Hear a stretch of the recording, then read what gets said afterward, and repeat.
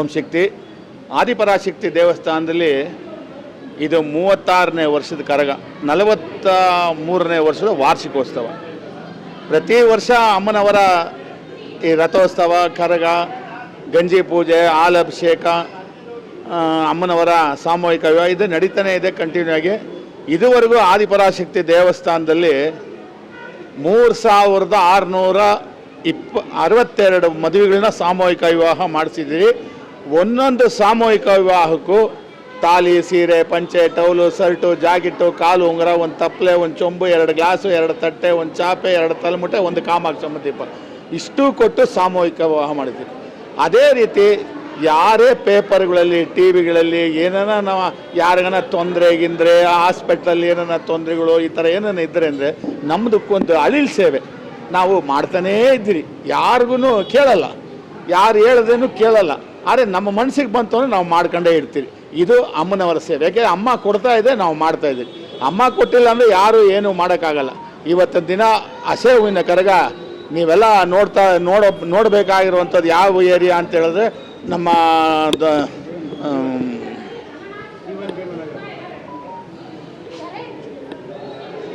ಕರಗ ನೋಡಬೇಕಾಗಿರೋದು ಆದಿಪರಾಶಕ್ತಿ ದೇವಸ್ಥಾನದಲ್ಲಿ ತುಂಬ ಪ್ರಸಿದ್ಧಿ. ಆದರೆ ಇದೆಲ್ಲದಕ್ಕಿಂತ ನಮ್ಮ ಕೆಂಪೇಗೌಡರು ಸ್ಟಾರ್ಟ್ ಮಾಡಿದ್ದು ಧರ್ಮರಾಜ ದೇವಸ್ಥಾನದಲ್ಲಿ. ಈ ಧರ್ಮರಾಜ ದೇವಸ್ಥಾನದಲ್ಲಿ ಮಾಡಿದಂಥ ಇತಿಹಾಸನೇ ಇವತ್ತಿನ ದಿನ ಇಡೀ ಬ್ಯಾಂಗ್ಳೂರಿನಲ್ಲಿ, ಕರ್ನಾಟಕದಲ್ಲಿ ಕರಗ ಅನ್ನೋ ಹೆಸರು ಬಂತು. ಅದಕ್ಕೆ ಮೊದಲು ಯಾರೋ ಎಲ್ಲೋ ಊರುಗಳ ಕಡೆ ಏನು ಮಾಡೋರು, ಈ ಬೇವಿನ ಸೊಪ್ಪು ಕರಗ ಎತ್ತೋರು.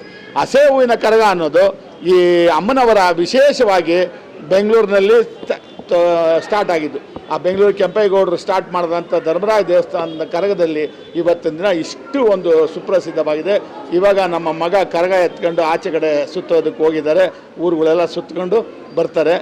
ಇದು ಇಷ್ಟು ವರ್ಷ ನಾವು ಎತ್ತಾ ಇದ್ವಿ. ಇವಾಗ 4 ವರ್ಷದಿಂದ ನಮ್ಮ ಮಗ ಅವರು ಗಜೇಂದ್ರ ಅಂದ್ಬಿಟ್ಟು ಅವರು ಈ ಕರಗನ ಎತ್ತಿ ಎಲ್ಲರಿಗೂ ಅಮ್ಮನವರ ಒಂದು ಆಶೀರ್ವಾದ ಕೊಡೋಕೆ ಹೋಗಿದ್ದಾರೆ. ಅದೇ ರೀತಿ 23ನೇ ತಾರೀಕು ರಥೋತ್ಸವ ಇದೆ. ಬೆಂಗಳೂರು ನಗರದೊಳಗಡೆ ಯಾರೂ ಎಲ್ಲಿನೂ ಮಾಡೋಕ್ಕಾಗಲ್ಲ. ಬೆಂಗಳೂರು ನಗರದೊಳಗಡೆ ಆಚೆ ಕಡೆ ವಿಲೇಜ್ಗಳಲ್ಲಿ ಮಾಡ್ತಾರೆ 63 ಅಡಿ ರಥೋತ್ಸವ. ಪ್ರತಿ ವರ್ಷ ಈ 63 ಅಡಿ ರಥೋತ್ಸವನ ನಾವು ಇಲ್ಲಿ ಅಮ್ಮನವರ ಸನ್ನಿಧಾನದಲ್ಲಿ ಮಾಡ್ತಾಯಿದ್ದೀರಿ. ಭಾನುವಾರದ ದಿನ ಇವತ್ತೇನು ಭಕ್ತಾದಿಗಳು ನೋಡಿದ್ರೆ ಇದಕ್ಕೆ 10ರಷ್ಟು ಭಕ್ತಾದಿಗಳು ಈ ರಥೋತ್ಸವಕ್ಕೆ ಬರ್ತಾರೆ. ದಯವಿಟ್ಟು ಭಕ್ತಾದಿಗಳು ಈ ಒಂದು ಟಿ ವಿ ಚಾನಲ್ ನೋಡಿದಂಥ ಎಲ್ಲರೂ ಅಮ್ಮನವರ ಸೇವೆಗೆ ಬನ್ನಿ. ದೇವ್ರನ್ನ, ತಾಯಿ ತಂದೆನ ನಂಬುದವ್ರು ಯಾವತ್ತೂ ಯಾವಾಗೂ ಕೆಟ್ಟಿದ್ದಿಲ್ಲ. ತಾಯಿ ತಂದೆಗೆ ಯಾರು ಚೆನ್ನಾಗಿ ನೋಡ್ಕೊತಾರೋ ಖಂಡಿತವಾಗೂ ಅವ್ರಿಗೆ ಒಳ್ಳೆಯ ಆಶೀರ್ವಾದ ಸಿಕ್ಕೇ ಸಿಗುತ್ತೆ. ತಾಯಿ ತಂದೆನ ಉಪವಾಸ ಹಾಕಿಸ್ಬೇಡಿ, ತಾಯಿ ತಂದೆಗೆ ನೋವು ಕೊಡಬೇಡಿ. ಅವರು ನಿಮ್ಮನ್ನು ಎಷ್ಟು ಕಷ್ಟಪಟ್ಟು ಸಾಕಿರ್ತಾರೆ, ಎಷ್ಟು ಕಷ್ಟಪಟ್ಟು ಬೆಳೆಸಿರ್ತಾರೆ, ಎಷ್ಟು ಕಷ್ಟಪಟ್ಟು ಓದಿಸಿರ್ತಾರೆ. ಆದರೆ ಅವರಿಗೆ ಮೋಸ ಮಾಡಬೇಡಿ. ಕದೇ ಕಾಲದಲ್ಲಿ ಅವ್ರ ಟೈಮ್ ಆದಮೇಲೆ ನಾವೇನು ಮಾಡಿದ್ರೆ ಅವ್ರಿಗೆ ಊಟ ಕೊಟ್ಟು, ಬಟ್ಟೆ ಕೊಟ್ಟು, ಅವ್ರಿಗೆ ಚೆನ್ನಾಗಿ ನೋಡ್ಕೊಂಡ ಅಂದರೆ ಅದಕ್ಕಿಂತ ದೊಡ್ಡ ಆಶೀರ್ವಾದ ಬೇರೆ ಯಾವುದೂ ಇಲ್ಲ ಪ್ರಪಂಚದಲ್ಲಿ.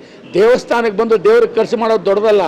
ತಾಯಿ ತಂದೆಗೆ ನೀವು ಚೆನ್ನಾಗಿ ನೋಡ್ಕೊಂಡ್ರೆ ಆ ದೇವರೇ ನಿಮ್ಮ ಮನೆ ಬಾಗಿಲಿಗೆ ಬಂದಿರುತ್ತೆ. ದೇವ್ರ ಬಾಗಿಲಿಗೆ ನೀವು ಬರೋದು ಬೇಡ.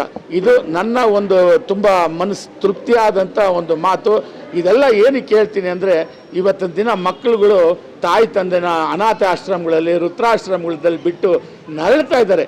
ಕೇಳ್ದ ಅಂದರೆ ನಮ್ಮ ದೇವಸ್ಥಾನಕ್ಕೆ ಬರ್ತಾರೆ, ಎಷ್ಟೋ ಜನ ಅವ್ರವ್ರ ಕಥೆಗಳು ಬಂದು ಹೇಳ್ತಾರೆ ನಂತವ. ಆವಾಗ ಮನಸ್ಸಿಗೆ ನೋವಾಗುತ್ತೆ. ಫಾರಿನಲ್ಲಿ ಇದ್ದಾನೆ ಮಗ, ಸಾವುಗೂ ಬಂದಿಲ್ಲ ಅಂದಮೇಲೆ ಆ ಥರ ಮಕ್ಕಳು ಏನಕ್ಕೆ ಬೇಕು?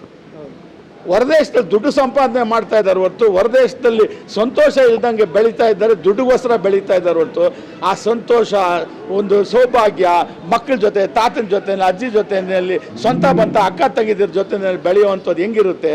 ಆದರೆ ಎಲ್ಲೋ ಹೋಗಿ ದುಡ್ಡು ಸಂಪಾದನೆ ಮಾಡಿ ತಾಯಿ ತಂದೆನ ನೋವು ಕೊಡುವಂಥದ್ದು, ತಾಯಿ ತಂದೆನ ಜೊತೆ ಸಂಬಂಧ ಗಿಂಬಂಧ ಎಲ್ಲ ಬಿಟ್ಬಿಟ್ಟು ಎಲ್ಲೋ ಹೋಗಿರೋವಂಥದ್ದಿಂದ ಏನು ಸಮಾಧಾನ ಸಿಗಲ್ಲ.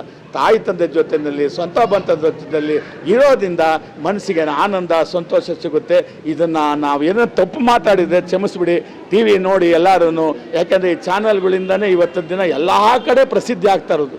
ಯಾವ ದೇವಸ್ಥಾನ, ಅದೇ ರೀತಿ ನಮ್ಮ ಹಿರಿಯರುಗಳಿಗೆ, ಮಿನಿಸ್ಟ್ರುಗಳಿಗೆ, ಎಮ್ ಎಲ್ ಎಗಳಿಗೆ, ಮತ್ತು ರಾಜಕೀಯದವ್ರಿಗೆ ಮಾತ್ರ ಅಲ್ಲ, ಸ್ವಾಮೀಜಿಗಳಿಗೆ, ಮಠಾಧಿಪತಿಗಳಿಗೆ, ಮತ್ತು ನಮ್ಮ ಫಿಲಮ್ ಆಕ್ಟರ್ಗಳಿಗೆ, ಇವ್ರಿಗೆಲ್ಲ ಹೇಳ್ತೀನಿ, ಎಲ್ಲೆಲ್ಲೋ ದೊಡ್ಡ ದೇವಸ್ಥಾನ ಬೆಳೆಸ್ತಾ ಇದ್ದೀರಾ, ಎಷ್ಟೆಷ್ಟೋ ದೊಡ್ಡ ದೇವಸ್ಥಾನಗಳು ಬೆಳೆಸ್ತಾ ಇದ್ದೀರಾ ನೋಡಿ. ತಿರುಪ್ತಿಗೆ ಹೋಗಿ ಕೋಟಿಗಟ್ಟಲೆ ಹಾಕಿ, ಅಲ್ಲಿ ಕೋಟಿಗಟ್ಟಲೆ ಇದೆ, ಕೋಟಿಗಟ್ಟಲೆ ಹಾಕ್ತಾರೆ.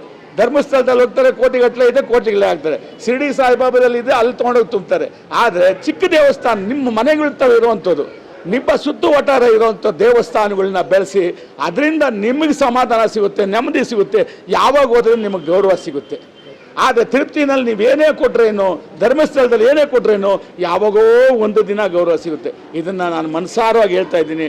ದೊಡ್ಡವ್ರುಗಳು ಎಷ್ಟೋ ಜನ ಇವತ್ತಿನ ದಿನ ರಾಜಕೀಯದವರಾಗಲಿ, ಒಂದು ಸಲ ಇವಾಗ ತಂಡೇಲ್ಕರ್ ಕುಕ್ಕೆ ಸುಬ್ರಹ್ಮಣ್ಯಕ್ಕೆ ಬಂದು ಹೋದರು, ಹೋಗ್ತಾ ಇದ್ದಂಗೆ ಅಲ್ಲೇನಾಗೋಯ್ತು, ಜನ ಜಾಸ್ತಿ ಆಗೋದು. ಅದೇ ರೀತಿ ಒಂದು ಚಿಕ್ಕ ದೇವಸ್ಥಾನಕ್ಕೆ ತಂಡೇಲ್ಕರು, ಈ ಶಿವರಾಜ್ಕುಮಾರು, ಇಲ್ಲ ಅಂದರೆ ಬೇರೆ ಯಾರನ ಒಂದು ಇವರುಗಳು, ಈ ಡಿ ಕೆ ಶಿವಕುಮಾರ್ ಅವರ CM ಆಗಿರ್ಬೋದು, ಅವ್ರು ಯಾರನ್ನ ಬಂದು ಚಿಕ್ಕ ದೇವಸ್ಥಾನಕ್ಕೆ ಹೋಗ್ಬಿಡ್ಲಿ. ಇವಾಗ ಏನಿಲ್ಲ, ವಿಧಾನಸೌಧದಲ್ಲಿ ನಿಮಗೆಲ್ಲ ಚೆನ್ನಾಗಿ ಗೊತ್ತಿದೆ, ಮಾಧ್ಯಮದವರಿಗೆ, ವಿಧಾನಸೌಧದಲ್ಲಿ ಪ್ರಮಾಣ ವಚನ ತಗೊಂಡು ಡಿ ಕೆ ಶಿವಕುಮಾರ್ ಒಂದು ಮುನೇಶ್ವರನ ದೇವಸ್ಥಾನಕ್ಕೆ ಕೆಳಗಡೆ ಹಳ್ಳದಲ್ಲಿ ಇಳಿದ್ರು.